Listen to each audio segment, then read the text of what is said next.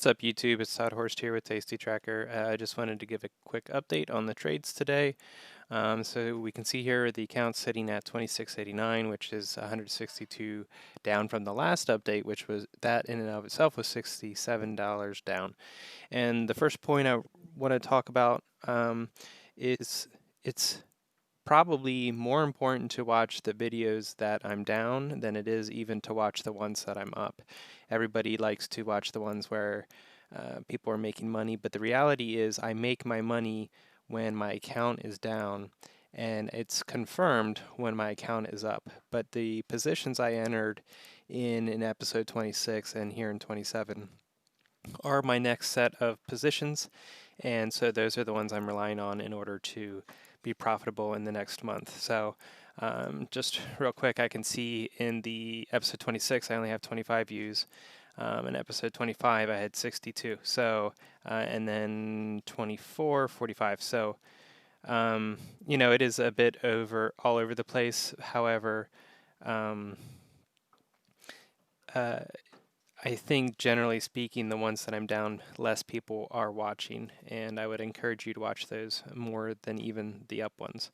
One thing I didn't talk about in the last episode that I wanted to is how I came to PDD. I think I mentioned that I got it off the scanner, but literally all I did was come in the leads scanner, and I'll even refresh the page here.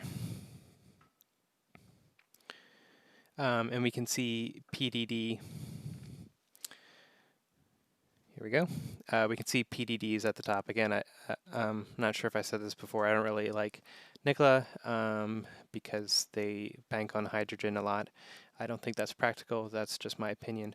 But SE and PDD, I played SE before and I played GSX, but I've never played PDD. We could see for the past year, they've been up 300%, so that's pretty crazy. So, and it's above $50, so those are sort of my criteria in entering. Then I looked at the chart.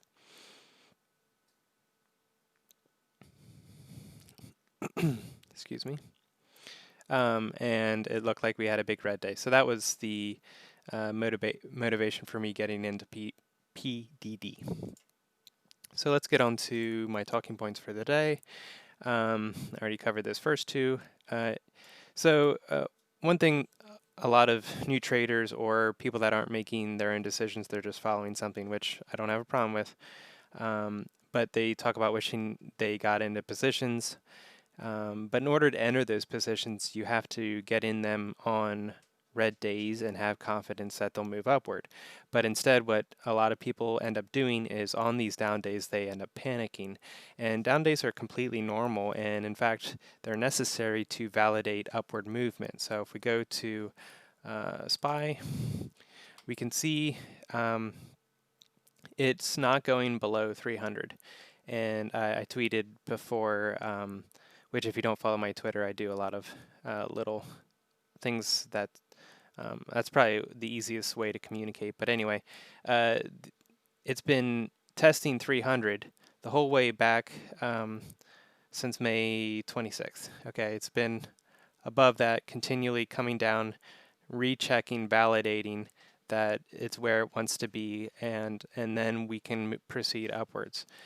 So in my perspective, the down days are actually a blessing because I can enter in positions at a much better point than if the market just continued to move up. Okay, so my strategy in general is extremely simple. It's time insensitive, which is important for a lot of people because they can't sit and watch the markets, and it's low maintenance. Both those two go together. So time insensitive, you could enter the position in a span of days. It's not seconds. So if you're trying to day trade stocks, you have to be watching the market, or day trade options. You're sitting there watching the market, and a lot of people just can't do that because of their day job. So a strategy like mine is really nice for something like that, where you can enter in usually significantly after I did and get better positions than I get.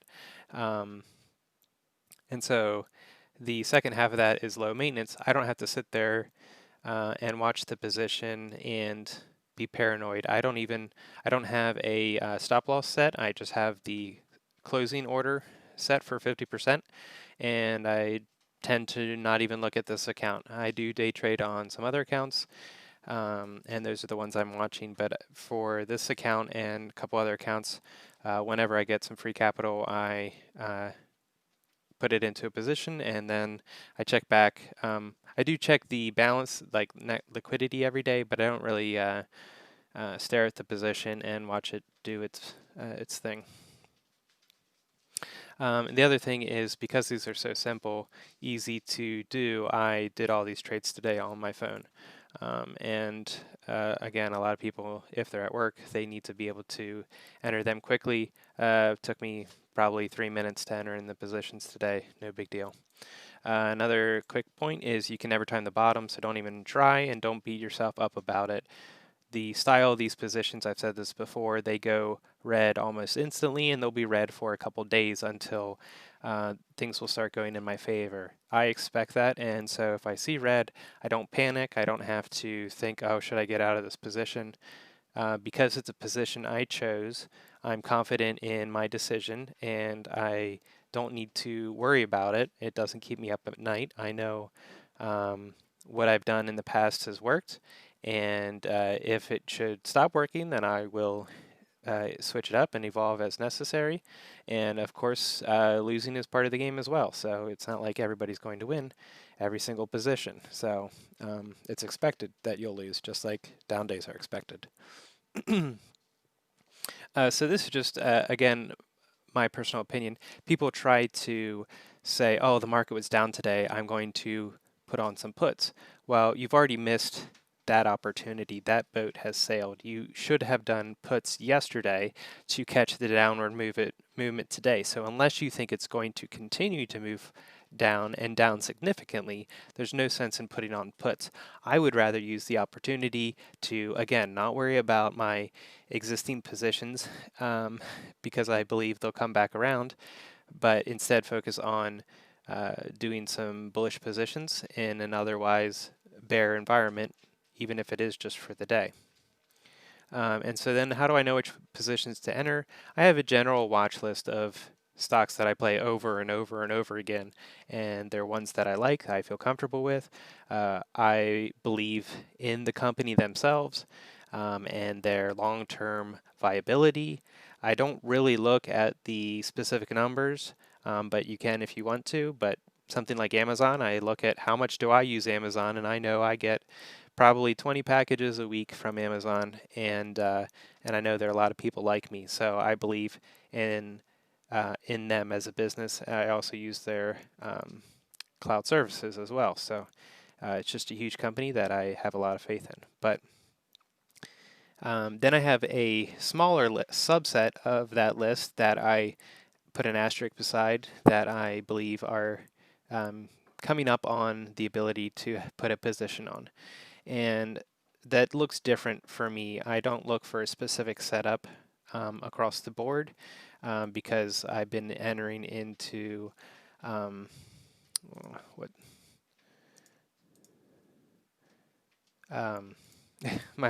my mind's blanking. Shop. Thank you.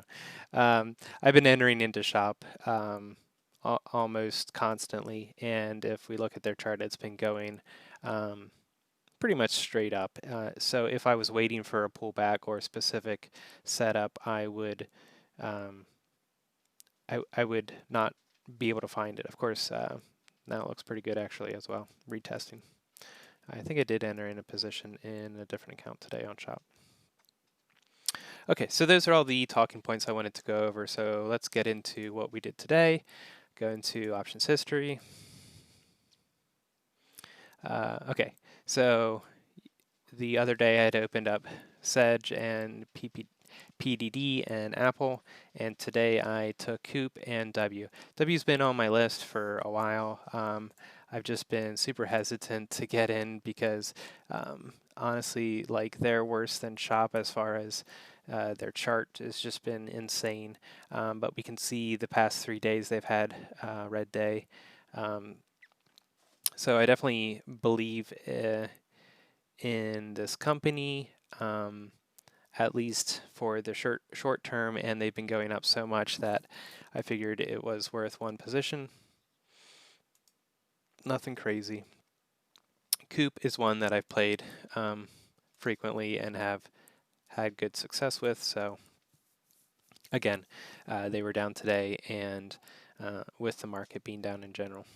So let's go into those specific positions. So COUP, you can see I'm already down 20%, $36. So if you entered this exact position tomorrow, same strikes, a 240, 245 put credit spread, you could get $40 more than I got. Or you could choose better strikes, which is probably what I would recommend most of the time, is just going with better strikes instead of trying to get more money. But these are 37 days. I couldn't go out to August because they were 10 wide spreads instead of 5 wide, and I didn't want to allocate that much on this account. So W is the other one, 170, 175. This one's already down 5%, $9. Now, this one might be the case where the broker's just after hours, and 9 is not a lot that could definitely be positive tomorrow, but it will probably take 2 or 3 days at least for COUP to get back to zero. Okay, so W is 170, 175 put. Let's go over, that one I did get for August. Let's go over each position individually. So Apple, we've got the August expiration. We can see the chart up here. It's already up 32%. So with them being down 2% today, it will probably pop in the next week, I would say, unless the market continues to go down. COUP, new position, has our typical buffer. PDD has a buffer. Sedge has a nice buffer. And W has a nice buffer. So if we combine all the positions minus SPY, we can, generally speaking, this isn't perfect, by the way. If SPY were to move the whole way down to whatever this is, 290, these stocks may or may not move with it. So it's just a general look at where the market is now sitting in relation, these stocks sitting in relation to SPY. But that could change if it's going counter with the rest of the market. Okay, so the current cash is up over 3,000, which is good. That shows our account is definitely growing. Let's go to, I guess, positions. So you can see everything except for SPY is set up for August. Actually put in the wrong date there for, is it COUP? Yeah, COUP is July 31st. So let's go ahead and correct that. I can go to adjust, down here, hit edit, and then just select that and hit save. And that's it. Okay, so now COUP is 37 days, and the rest are allocated. So we can see it's 326 allocated for, we'll call this July expiration, even though it's not. And then August expiration, we've got 1,200. That's about right.